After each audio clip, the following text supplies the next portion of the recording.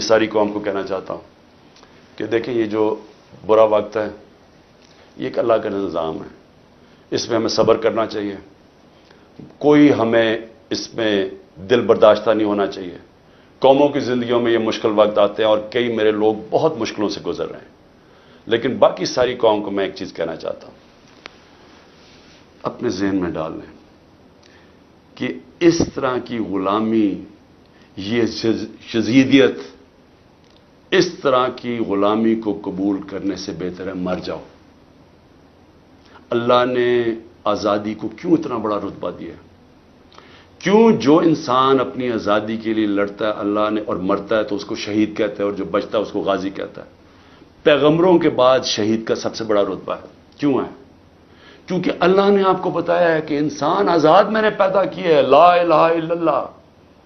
وہ کسی انسان کی غلامی کے لیے نہیں اس نے ہمیں پیدا کیا۔ یہ جو ہمیں غلامی کروا رہے ہیں کہ پکڑ کے جناب دبا کے، گلا دبا کے اور کہیں کہ جناب میں تحریک انصاف چھوڑ رہا ہوں، اس لیے نہیں پیدا کیا۔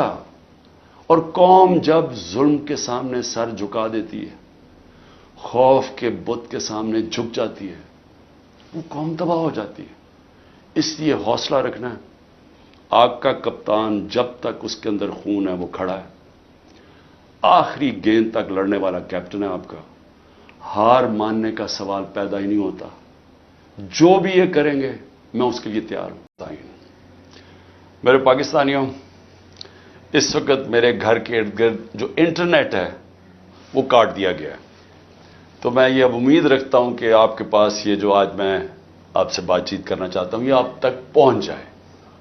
مقصد اس کا صرف یہ ہے کہ آج کل میڈیا مکمل طور پہ کنٹرول کر لیا گیا، اور ایک ہی جو ہمارے پاس راستہ ہے سوشل میڈیا، اس کو کنٹرول کرنے کے لیے میرے گھر سارا انٹرنیٹ کاٹ دیا تاکہ میں کسی بھی طرح آپ تک اپنا پیغام نہ پہنچا سکوں۔ تو میں کوشش کروں گا کہ آپ تک میری بات چیت پہنچ جائے۔ دیکھیں، سب سے پہلے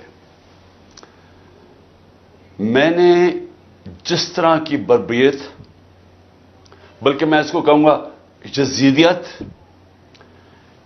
جو آج کل یزید کا، آج کل کے یزید جس طرح کی ظلم تحریک انصاف کے لوگوں کے اوپر کیا جا رہا ہے، پتہ نہیں، مجھے لوگ کہتے تھے کہ شاید ضیاء الحق کے زمانے میں پیپلز پارٹی کے لوگوں سے ایسا ظلم ہوا، اور تھوڑے سے لوگوں سے، اتنے لوگوں سے تو کبھی ہوا ہی نہیں ہے ظلم۔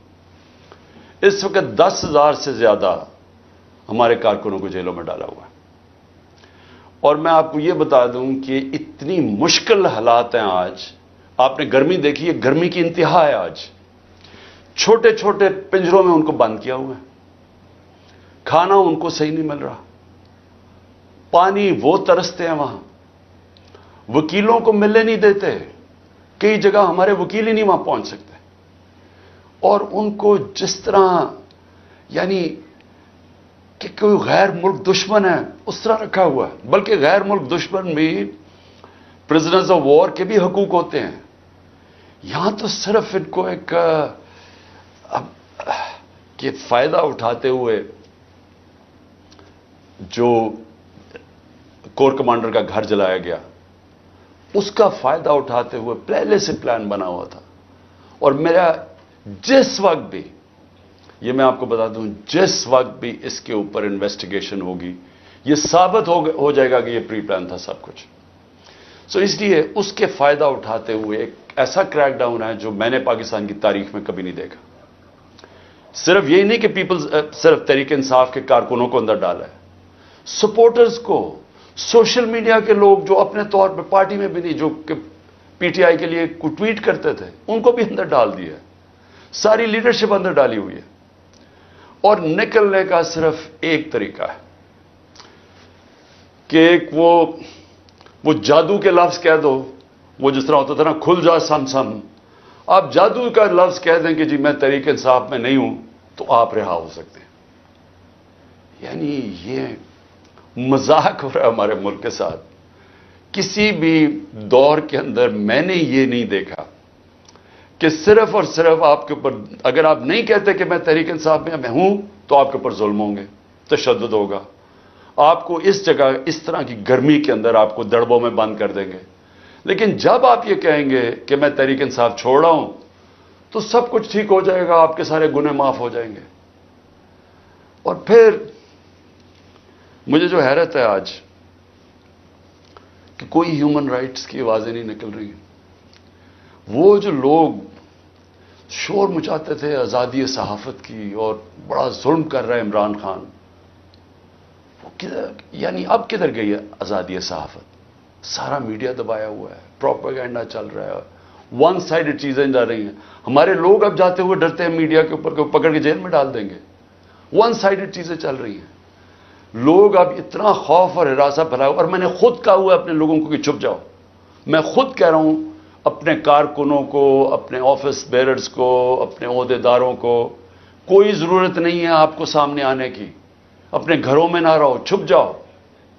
کیونکہ یہ جو اندھیری رات ہے, یہ جو رات میں سب سے زیادہ اندھیرا ہے, یہ زیادہ دیر نہیں چلتا. اور اللہ قرآن میں کہتا ہے کہ اس کو جو سب سے زیادہ چیز پسند ہے, مشکل وقت میں صبر کرنا. صبر کریں. مجھے پوری طرح احساس ہے کہ آپ کے اوپر کیا گزر رہی ہے. لیکن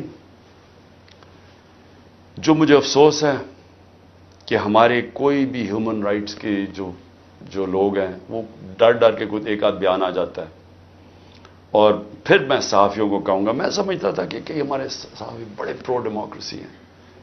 چلے جی, میرے بڑے خلاف ہوں گے لیکن ڈیموکریسی کے لیے تو ساتھ ہے. تو وہی جو تماشا ہے یہ کیسے دیکھ رہے ہیں؟ کیا ان کا کوئی ضمیر نہیں جاگ رہا؟ کیا جب انہوں نے شیرین مزاری سے جو ہوا اور جو اس نے پھر آخر میں جا کے پارٹی چھوڑی, کیا ان کو کوئی دل میں آواز نہیں کوئی آئی کہ یہ اس سے بڑا ظلم کیا ہو سکتا ہے ایک معاشرے پہ؟ کوئی آپ کو یہ لگا نہیں؟ جو عورتوں کی تنظیمیں ہیں, جو عورتوں کے حقوق کے اوپر بات کرتی ہیں, کہ ایک ایسی عورت جو بیوہ, والدہ اس کی بیوہ, بیٹی ایک جو اس کا دھیان رکھ رہی ہے, جو بلڈ پریشر کی مریض, اس سے جو انہوں نے کیا ہے اس گرمی کے اندر, کبھی ایک جیل میں لے کے جائیں, اس کے بعد ادھر سے نکال کے دوسرے جیل میں لے جائیں, ادھر عدالت اس کو ضمانت دے, کوئی اور کیس میں پکڑ کے لے جائیں, گجرات لے گئے اس گرمی کے اندر. تو بلڈ پریشر کی شیرین, ہمیں پتہ ہے اس کی صحت نے یہ اجازت ہی نہیں دینا تھا. میں نے تو شکر کیا کہ اس نے اس ظلم سے اپنے آپ کو بچانے کے لیے اس نے پارٹی سے ریزائن کیا. لیکن کس کو نقصان ہوا؟ پاکستان کی پالیٹکس کو نقصان ہوا. شیرین ہماری ٹاپ پارلیمنٹیرین تھی. میری کیبنٹ کے اندر وہ منسٹر تھی جو جس طرح وہ پڑھ لکھ کے ایک ایک ایشو کے اوپر آتی تھی, کوئی اور کیبنٹ منسٹر, ایک ہماری ڈاکٹر ثانیہ تھی, کہ اتنی محنت کر کے کبھی کیبنٹ میٹنگ میں نہیں آئی جو شیرین آتی تھی. اس کے علاوہ سارے اس کے دشمن بھی جانتے ہیں کہ وہ ایک محب وطن پاکستانی, وہ کبھی بھی اینٹی پاکستان کا نہیں سوچ سکتی تھی. شیرین مزاری جان دے لیکن وہ ایک پاکستانی